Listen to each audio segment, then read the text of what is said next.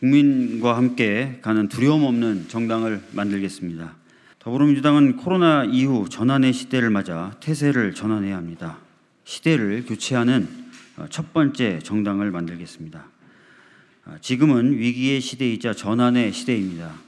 발맞춰 전환하지 못하면 위기 극복도 없습니다. 전환의 키워드는 바로 포용과 혁신입니다. 그런데 전환된 사회의 모습을 정확하게 아는 사람도 없고 포용성과 혁신성을 높이는 전환의 과정은 많은 변화를 수반하게 될 것이기에 현장에서 또 이해관계를 갖는 많은 사람들 사이에 폭넓은 대화를 통해 정답을 찾아야 할 필요가 있습니다. 또한 이렇게 찾은 정답조차도 대화와 설득의 지난한 과정을 거쳐야만 단단히 실현될 수 있을 것입니다. 이런 대화와 설득은 국민과 함께 하여야 합니다. 그것이 민주주의에 부합하는 사회 변화의 과정입니다. 긴 호흡으로 갈 수밖에 없는 전환의 대화 그리고 설득은 정당이 할 수밖에 없습니다. 이런 일을 하라고 국민도 176석을 만들어준 것 아니겠습니까? 그런데 현재 당의 모습은 현장에 있지 않고 국민과 과감하게 교감하지 못하며 국민을 믿고 과감하게 행동으로 나서지도 못하는 모습인 것 같습니다. 오히려 국민을 걱정만 하는 구경꾼으로 만들고 있는 것은 아닌가 하는 걱정도 듭니다. 저는 당의 혁신은 구조적인 부분과 가치적인 부분 두 방향에서 모두 진행돼야 한다고 생각합니다. 구조적인 부분으로는 우선 사회적 대화에 적합한 구조를 만들어야 할 필요가 있습니다.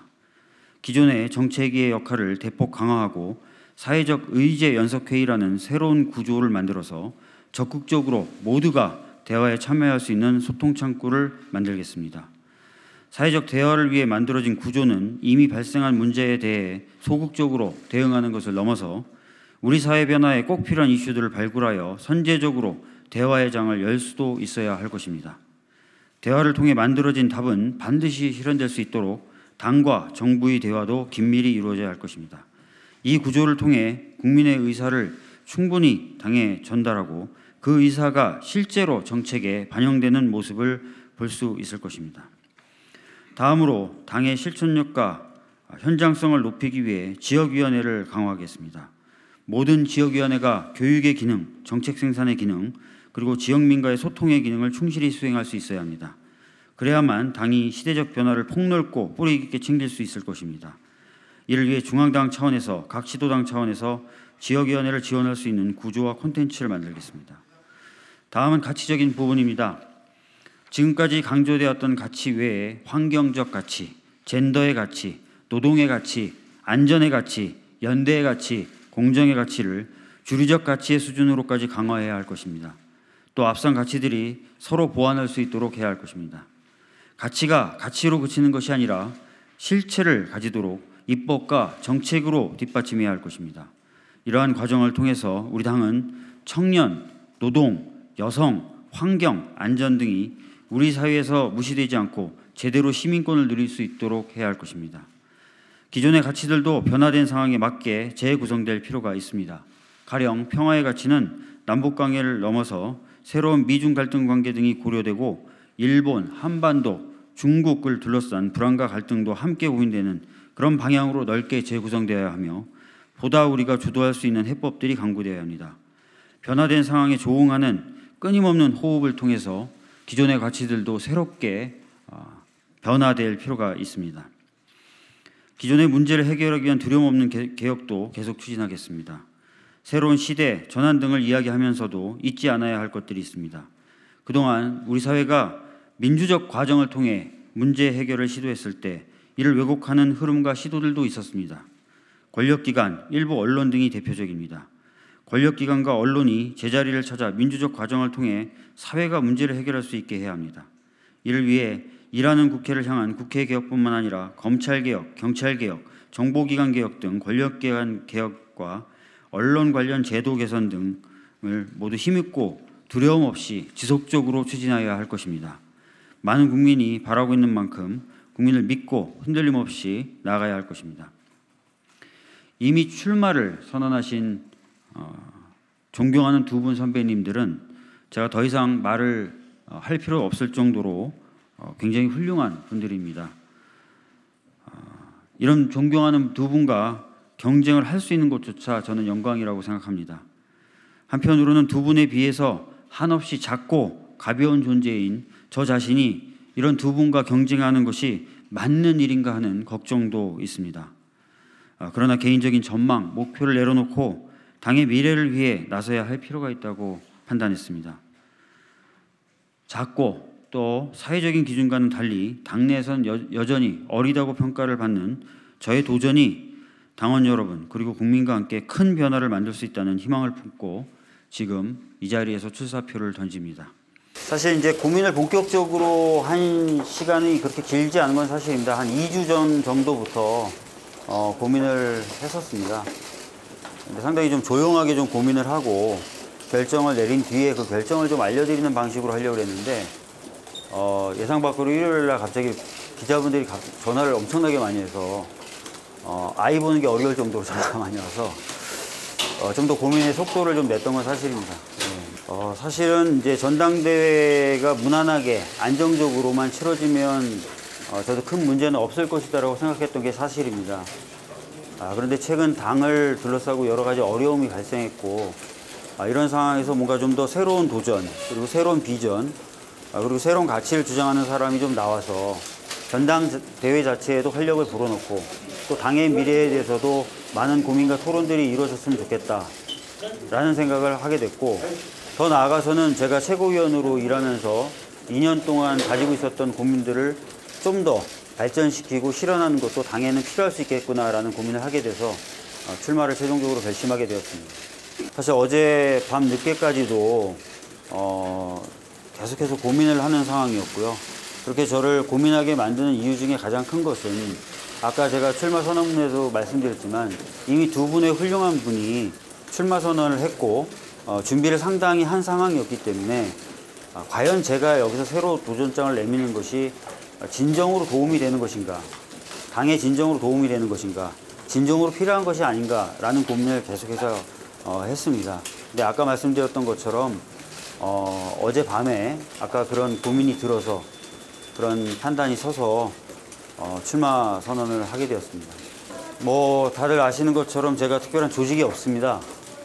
최고위원 뛸 때도 거의 조직 없이 뛰었고 지금도 거의 비슷한 상황일 것 같습니다. 아까 제가 농담 삼아 캠프가 아니라 텐트를 꾸려야 되겠다라고 말씀을 드릴 정도로 아마 작은 규모로 움직여야 될 것 같은데 좀 더 활기차게 뛰고 좀 더 또 소통하는 모습 보여드리고 또 새로운 모습 보여드리고 하는 것으로 한번 당원들의 마음 그리고 대의원들의 마음을 한번 움직여 보려고 하고 있습니다.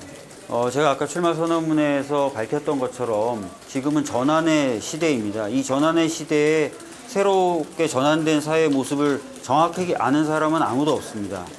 누군가는 청사진을 그려야 됩니다. 이 청사진을 그리는 작업을 누가 할 수 있을 것인가. 저는 긴 호흡을 가지고 대화와 설득을 통해서 청사진을 그려내는 작업은 정당이 할 수밖에 없다고 생각합니다. 그래서 저희 정당이 그런 식으로 자세와 태세가 좀 전환돼야 된다고 생각합니다. 좀 더 국민들 속에 다가가고 국민들과 함께 얘기 나누면서 국민들이 원하는 게 무엇이고 또 그렇게 찾은 답을 어떻게 하면 단단하게 실천할 것인가를 또 국민들과 소통하는 작업이 필요합니다. 저는 사실은 당의 이런 태도 변화와 어떤 구조 변화, 아까 말씀드렸던 가치적 변화 이런 것들이 저의 핵심적인 고민이라고 말씀드리고 싶습니다. 여러분도 다 아시겠지만 제가 한 라디오 인터뷰에서 이전에 부산 관련된 질문을 받았을 때 부산에 후보를 내는 것이 적절치 않을 수도 있다. 이런 식의 표현을 했던 것으로 다들 기억을 하실 겁니다. 그런데 최근에 이제 서울시장도 역시 보궐선거를 치르게 됐습니다. 저는 그 당시 말씀드렸던 상황과 지금의 상황은 매우 다르다고 생각을 합니다. 제 이 말씀을 편의적으로 뭐 손바닥 뒤집듯이 또 말을 뒤집는구나라고 생각하실 수도 있겠지만 많은 국민이 아마 다른 상황이 벌어졌다고 생각하실 것 같습니다. 이 상황에서 당원 당규를 지키는 것이 어떻게 보면 책임지는 모습이냐 아니면 공당으로서 1,500만 이상 되는 유권자들에게 선택의 기회를 주고 그 선택을 받는 그런 책임지는 모습을 보여주는 것이 공당으로서의 모습을 보여주는 것이냐에 대한 판단을 해야 된다고 생각합니다. 다른 상황이라는 게 그러면 그 선거 계획 규모가 커졌기 때문에 그런 결단을 그렇지 않습니다. 서울시가 갖고 있는 의미라든지 이 보궐선거가 갖고 있는 전체적인 의미를 말씀드리는 겁니다.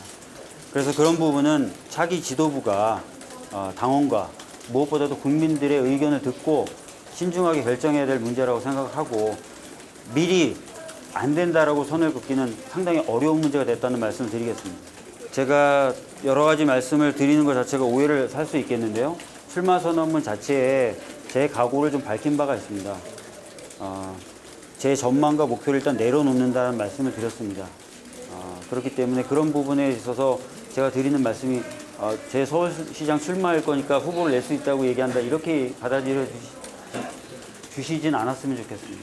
실제로 제 나이가 이제 3년 후면 50이 되는데요. 아까 선언문에서도 말씀드렸지만 그럼에도 불구하고 당내에서는 굉장히 어린 편입니다. 그래서 방금 말씀하신 것처럼 어린데 너무 빠른 거 아니냐라는 말씀을 하시는 분들도 있었습니다. 그러나 4년이라는 정치 경력을 통해서 배운 것도 좀 있었고요. 그 다음에 제가 갖고 있는 사회적 나이라든지 경험도 작지 않다고 생각합니다. 그래서 고민의 깊이가 그 판단의 기준이 돼야지 단순히 그 시간의 길이가 고민의 기준, 선택의 기준이 될 수는 없다고 생각합니다. 물론 그런 부분도 전부 다 당원들이 판단해 주실 문제겠지만요. 저는 그래서 그 부분을 끝까지 또 고민의 한 요소로 넣었지만 최종적으로는 출마를 해서 제가 갖고 있는 생각들을 좀 나눌 필요가 있다. 그것을 가지고 설득할 필요가 있다. 할 수 있다라는 판단이 섰기 때문에 출마하게 된 것입니다. 제가 이제 최고위원 출마했을 때도 그 부분에 대해서 여러 차례 이제 발언을 한 바가 있는데요. 당과 이제 또 정부의 관계는 굉장히 긴밀해야 됩니다. 정책을 만들 때, 특히 사회 변화를 크게 일으키는 정책을 만들 때는 그 정책이 굉장히 세밀해야 되고 또 여러 가지 의견이 반영된 구체성을 띠고 있어야 돼요. 그걸 하기 위해서 여론을 수렴해 주거나 세밀함을 더하는 역할은 당이 할 수 있습니다. 그리고 청와대와 정부가 결정한 정책이라 하더라도 그리고 당이 같이 동의한 정책이라 하더라도 그것이 국민적 동의를 얻어서 힘을 갖고 실천되기 위해서는 또 당이 사회를 그리고 국민들을 설득하는 과정이 필요합니다. 그래서 이런 역할이 아주 유기적으로 이루어져야 됩니다. 그래서 이런 역할이 유기적으로 이루어지는 아주 매끄러운 관계를 문재인 정부 마지막까지 지속되게 만드는 것이 또 이번 당대표의 사명 중에 저는 하나라고 생각합니다. 제가 이제 구상을 좀 말씀드리면은, 사실은 이제 꼭 검찰 개혁만이 아니라요. 법원 관련돼서도 개혁이 필요하고요. 또는, 수사권 조정을 위해서도 여러 기구가 관련된 법안들을 고치고 바꿔야 됩니다. 당면하게 또 짧게 뭐 한두 가지 고칠 수도 있지만요. 장기적으로 이 전반에 걸친 사법제도를 개선할 수도 있는 겁니다. 예를 들어서 우리나라가 갖고 있는 국가적 법률 구조 시스템이 굉장히 낙후됐고 부족한 부분이 많아서 국가로부터 법률 구조 서비스의 도움을 전혀 못 받는 경우들도 있습니다. 이런 것까지 다 포함해보면 굉장히 과제가 많고 또 장기적인 과제들도 많거든요. 그럼 그런 것들을 차분하게 논의할 수 있는 구조도 저는 필요하다고 생각합니다. 더 이상 뭔가 뭐 개혁하겠다 뭐 이런 어떤 기치를 내세우는 게 아니라 진짜 실질적인 변화를 위해서 그래서 사실 그런 것들을 차분하게 논의할 수 있는 당내 구조도 전 만들 필요가 있다고 생각합니다. 뭐 20대 때 국회 때 그리고 이해찬 대표 밑에서 제가 뭐 검찰개혁 특위도 했었고 사법개혁 특위도 했었는데 사실 현안 대응적 성격이 강했어요. 근데 그런 게 아니라 아까 말씀드렸던 그런 정책적 측면에서의 제도 개선을 목표로 하는 그런 특별한 단위를 저는 충분히 만들 필요가 있다고 생각하고 그런 것을 통해서 꾸준하게 제도 개선을 추구해 나갈 수 있다고 생각합니다. 당 지도부 중에 권유한 사람은 정말 없고요. 제가 이제 오늘에서야 이제 최고위원들한테도 다 전화하고 했습니다. 소문들은 듣고 계시더라고요. 소문들 듣고 계신데 오늘에서야 좀 전화를 드렸고 그렇습니다. 그래서 상의하거나 뭐 건의를 받거나 당 지도부로부터 그런 것은 전혀 없었습니다. 이해찬 대표님께 오늘 전화 드리니까 뭐 소문이 돌던데 드디어 결심했네 이렇게 하면서 도전하는 건 좋은 것이지 이렇게 얘기하시거든요. 웃으셨습니까? 아니면 좀 약간 평상시보단 좀 친근하게 전화를 받아주시더라고요. 저는 야당도 목표가 다르지 않다고 생각합니다. 국민적 삶을 개선하는 관점에서는 저는 동일한 목표를 갖고 있다고 생각하고요. 그러한 점에서 저는 같이 경쟁하자고 얘기하고 싶습니다. 제가 전에 최고위원회에서도 말씀드렸던 것처럼 정치는 상대방을 쓰러뜨리는 격투기일 수도 있지만 국민이 바라보고 채점하는 그런 경기일 수 있다라는 생각을 이제는 가질 필요가 있다고 생각합니다. 채점 결과로 승패가 갈리면 되지 않겠습니까? 그래서 저는 그런 식으로 야당에게 좀 얘기를 하고 설득도 하고 그렇게 해보려고 합니다. 오히려 제가 야당의 많은 의원님들과 더 편하게 소통도 할 수 있다고 생각합니다. 과거의 관계나 이런 것들이 오히려 없기 때문에 새롭게 시작하는 부분이라고 볼 수 있지 않겠습니까? 그래서 그런 부분에 있어서는 다른 의미에서의 강점도 가지고 있다라는 생각이, 어떻게 보면 제 도전이 굉장히 좀 뜬금없으실 수도 있을 것 같아요. 근데 가볍게 고민하진 않았다. 여러 가지 고민했었다. 아직 해결되지 않은 의문도 제가 좀 갖고 있는 부분도 있고, 답답한 부분도 저 자신도 갖고 있지만 필요한 것 같다 라는 생각이 강해서 결심하게 됐다라는 말씀을 마지막으로 좀 드리고 자리를 좀 뜨겠습니다. 감사합니다.